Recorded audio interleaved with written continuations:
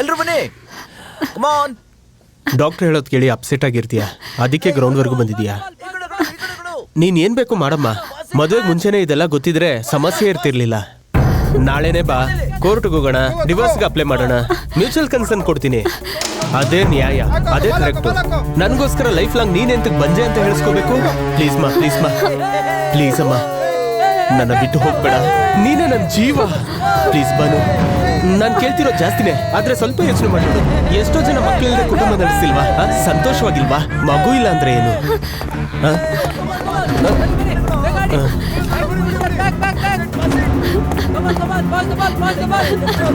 ಬಾನು,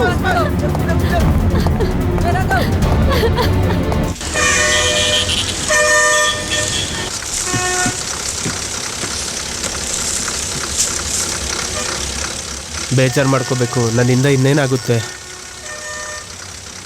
ಒಬ್ರಿಗೊಬ್ರು ಅನುಸರಿಸ್ಕೊಂಡು ಬದುಕೋದಕ್ಕಾಗಲ್ವಾ? ಊರಿಗೆ ಹೋಗಿದ್ನಲ್ಲ, ಅಲ್ಲಿಂದ ತಂದೆ ಮಾವನ ಹತ್ರ ಕೊಡು. ಬಸ್ಸಿಗೆ ದುಡ್ಡಿದ್ಯಲ್ಲ, ನೋಡ್ಕೊಂಡು ಹುಷಾರಾಗಿ ಹೋಗು, ಬರ್ತೀನಿ.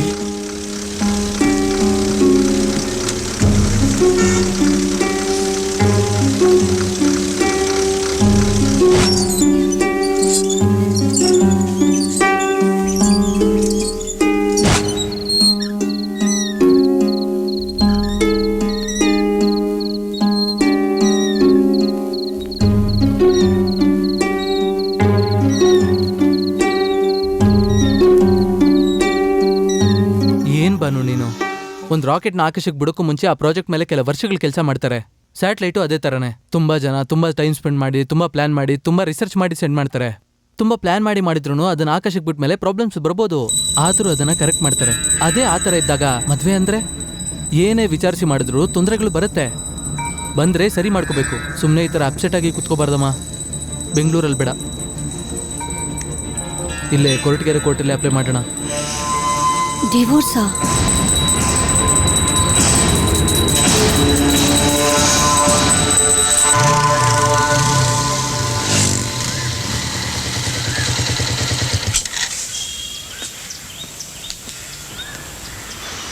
ಬನ್ನಿ ಮಾವ, ಯಾವಾಗ ಬಂದ್ರಿ?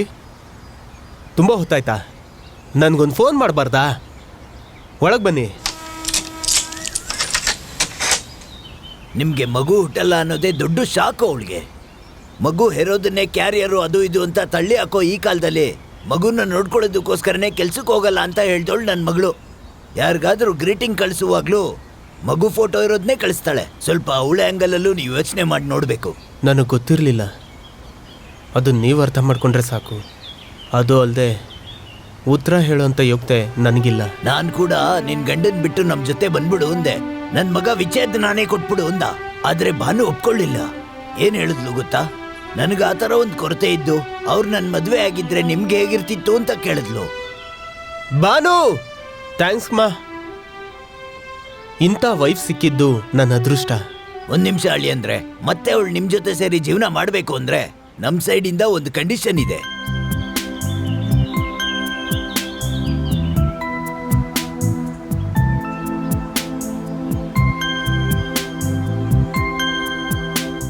ಥ್ಯಾಂಕ್ಸ್ ರೀ. ಬಂಗಾರಿ ಬಂಗಾರ ಬಾ ಬಾಮ್ಮ. ಅಳಿ ಅಂದ್ರೆ ಭಾನು ಮುಖ ನೋಡಿದ್ರಾ? ಮಗುನ ದತ್ತು ತಗೊಂಡ್ ಬಂದಾಗ್ಲಿಂದ ನಗ್ನಗ್ತಾನೇ ಇದ್ದಾಳೆ. ಅವ್ರಮ್ಮ ಹತ್ರ ಹೇಳಿ ದೃಷ್ಟಿ ತೆಗಿಯ ಕೇಳ್ಬೇಕು. ನಿಮ್ ಕಣ್ಣೆ ಬಿದ್ಬಿಡಂಗಿದೆ. ಯಾಕೆ ನಿಮ್ ಕಣ್ಣು ಬೀಳಲ್ವಾ? ಮುದ್ದು ಓನು ಕಂದಮ್ಮ. ಬಾನು, ಕುಕ್ಕರಲ್ಲಿ 3 ಸಲ ವಿಷಲ್ ಬಂತು, ಆಫ್ ಮಾಡು. ಸರಿ ಅಮ್ಮ. ನನ್ ಮುದ್ದು ಚಿತ್ರ ಕಂದಂಗೆ ಹಸಿವಾ? ಈಗ್ಲೇ ಅಮ್ಮ ಮಮ್ಮಮ್ ರೆಡಿ ಮಾಡ್ಬಿಡ್ತೀನಿ. ಏನ್ರಿ, 1 ನಿಮಿಷ ಮಗು ಹಿಡ್ಕೊಳ್ಳಿ. ಬಾನು, ಟ್ಯಾಂಕ್ ತುಂಬೋಗ್ತಾ ಇದೆ ನೋಡು. ಮೋಟರ್ ಆಫ್ ಮಾಡು. ಏನ್ ಮಾಡ್ತಿದ್ಯಾ? ಮಗುಗೆ ಅನ್ನ ಕಲಿಸ್ತಾ ಇದ್ದೀನಮ್ಮ. ಏನ್ರಿ, ಏನಾಯ್ತು? ಮಗುಗ್ ಅಕ್ಕ ಮಾಡ್ಕೊಂಡ್ಲಾ? ಏನೂ ಇಲ್ವಲ್ಲ, ಯಾಕೆ ಮಗುನ್ ಹೀಗೆ ಹಿಡ್ಕೊಂಡಿದ್ದೀರಾ? ಕೊಡಿ. ಓನೆ ಕಂದ, ಕೋಪನಾ? ನಾವ್ ಅಪ್ಪನ ಜೊತೆ ಟೂ ಬಿಟ್ಬಿಡೋಣ. ಅಪ್ಪ ನಿನ್ನ ದೂರ ಹಿಡ್ಕೊಂಡಿದ್ರಾ? ನೀನ್ ಅವ್ರ ಮೇಲೆ ಸುಸ್ಸು ಮಾಡ್ಬಿಟ್ಟೆ ಅನ್ಕೊಂಡೆ ಕಂದ. ಮಾಡಿಲ್ಲ ನನ್ ಮುದ್ದು. ಅಪ್ಪನಿಗ್ ಮಕ್ಳನ್ನ ಎತ್ಕೊಂಡ್ ಗೊತ್ತಿಲ್ಲ ಅಲ್ವಾ, ಅವ್ರು ಹೀಗೇನೆ.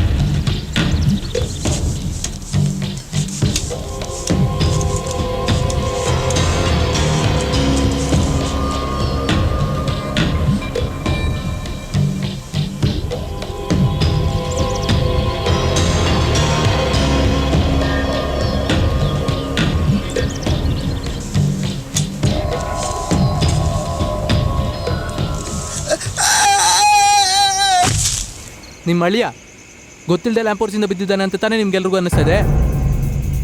ಖಂಡಿತ ಇಲ್ಲ, ಅವರೇ ಪ್ಲ್ಯಾನ್ ಮಾಡಿ ಅಲ್ಲಿಂದ ಬಿದ್ದಿದ್ದಾರೆ. ನಾನೇ ಬೇಕು ಅಂತ ಬಿದ್ದೆ ಅಂತ ಡಾಕ್ಟರ್ ಹತ್ರ ಅವರೇ ಹೇಳಿದ್ದಾರೆ. ಯಾಕೆ ಹೀಗ್ ಮಾಡಿದ್ರು? ಸುಮ್ಮನೆ ಹೆದರ್ಸಿ ನೋಡ್ತಿದ್ದಾರೆ. ನಿಜವಾಗ್ಲೂ ಆತ್ಮಹತ್ಯೆ ಮಾಡ್ಕೋಬೇಕು ಅನ್ಕೊಳ್ಳೋನು 15 ಅಡಿ ಕಮ್ಮದಿಂದ ಬೀಳ್ತಾನ? ರತ್ನಮೂರ್ತಿ ಸಾರು ಯಾವುದೋ ಒಂದು ಕಾರಣದಿಂದಾನೇ ಬಿದ್ದಿರೋದು. ಏನ್ ಕಾರಣ? ಈ ಮಗುನ ದತ್ತಗೊಂಡಿದ್ದು ಅವ್ರಿಗೆ ಇಷ್ಟ ಇಲ್ವಂತೆ, ತಿರುಗಿ ಕೊಟ್ಬಿಡ್ಬೇಕಂತೆ. ಏನಮ್ಮ, ಅವ್ರಿಗಂತೂ ಮಗು ಹುಟ್ಟಲ್ಲ, ದತ್ತಕ್ಕೆ ತಂದಿರೋ ಮಗುನು ಒಪ್ಕೊಳ್ಳಲ್ವಂತೆ. ಅದರಲ್ಲೂ ಬಾನು ಈ ಮಗು ಜೊತೆ ಇರಬಾರ್ದು ಅಂತ ಹೇಳೋದೆಲ್ಲ ತುಂಬಾನೇ ಓವರ್. ಇದಕ್ಕೆಲ್ಲ ಡ್ರಾಮಾ ಮಾಡಿ ಮೇಲಿಂದ ಬಿದ್ದು ಛೇ. ಏಯ್, ಮೆತ್ತಗ್ ಮಾತಾಡೋ.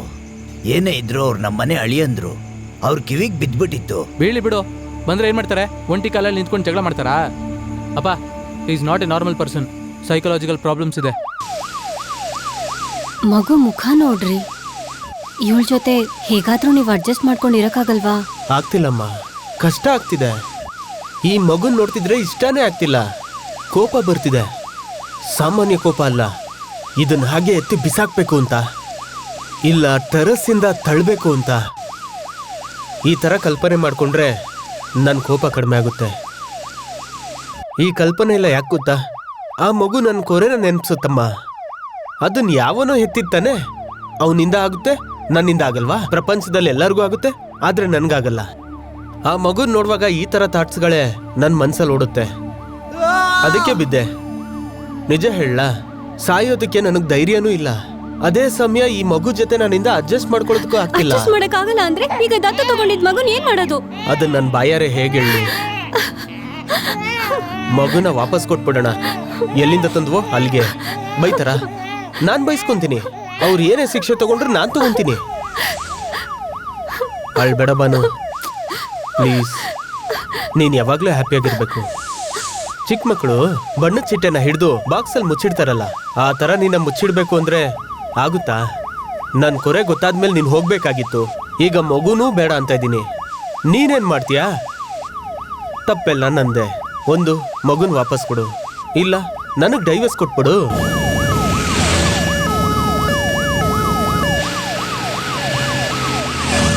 ಎರಡರಲ್ಲಿ ಯಾವುದೇ ತೀರ್ಮಾನ ತಗೊಂಡ್ರೆ ನನ್ಗೊಪ್ಪಿಗೆ. ನೀನ್ ತೋರ್ಸೋ ಕಡೆ ಸೈನ್ ಮಾಡ್ತೀನಮ್ಮ. Mutual consent, divorce. ನಿಮ್ಮನೇಲೂ ಅದೇ ಹೇಳ್ತಿದಾರಲ್ಲ. ನನ್ನನ್ನ ಡೈವರ್ಸ್ ಮಾಡಿದ್ರೆ ನೀನು ತಪ್ಪು ಮಾಡ್ದೆ ಅನ್ನೋ ಒಂದು ಕೊರ್ಗು ನಿನ್ನ ಮನ್ಸಲ್ಲಿ ಯಾವಾಗ್ಲೂ ಇರುತ್ತಲ್ಲ, ಆ ಚಿಂತೆ ನನಗೆ. ನಿಮ್ಗೆ ಮನಸ್ಸಾಕ್ಷಿ ಇದೆಯಾ ಸರ್? ಛೇ, ಮನುಷ್ಯರ ನೀವೆಲ್ಲ. ಏನ್ ಸರ್, ನನ್ನ ಹತ್ರ ಮಾತಾಡಲ್ಲ ಅಂತೀರಾ? ಮಾತಾಡಕ್ಕೆ ಇಷ್ಟ ಇಲ್ಲ ಸರ್. ಯಾಕೆ? ನನ್ನ ಸಿಸ್ಟರ್ ಮಾಡದೇ ಇರ್ಬೋದು, ಆದರೆ ನಾನು ನಿಮಗೆ ಡೈವರ್ಸ್ ಮಾಡಿದ್ದೀನಿ. ಮಿಸ್ಟರ್ ರತ್ನಮೂರ್ತಿ, ಎಲ್ಲಿ ನಿಮ್ಮ ವೈಫು? ದತ್ತು ತಗೊಳ್ವಾಗ ಬಂದ್ರು, ಮಗುನ ಕೊಡುವಾಗ ಬರಲಿಲ್ಲ. ನನ್ನ ಸರ್ವಿಸಲ್ಲಿ ದತ್ತು ತಗೊಂಡು ಬೇಡ ಅಂತ ವಾಪಸ್ ಕೊಡ್ತಾರ ಮೊದಲನೇ ಪೇರೆಂಟ್ಸ್ ನೀವೇ. ಆ ರೂಮ್ ಅಲ್ಲಿ ಇನ್ಚಾರ್ಜ್ ಇರ್ತಾರೆ, ಮಗುನ ಕೊಟ್ಬಿಟ್ಟು ಹೋಗಿ.